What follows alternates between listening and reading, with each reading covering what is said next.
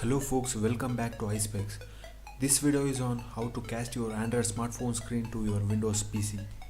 So before we start up this video, get subscribed to this channel and click on the bell icon and never miss another update from iSpecss.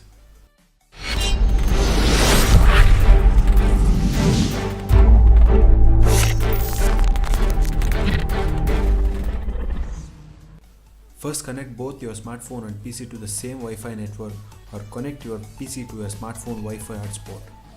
Then search for Connect on your PC and open it.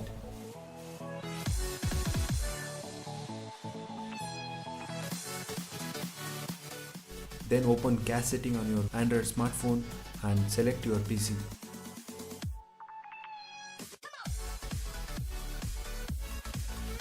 That's it.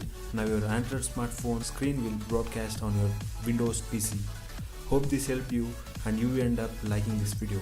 If you do, toss a like for this video, and while you are down there, subscribe to this channel. Thanks for watching, bye for now, and let's meet again in our next video.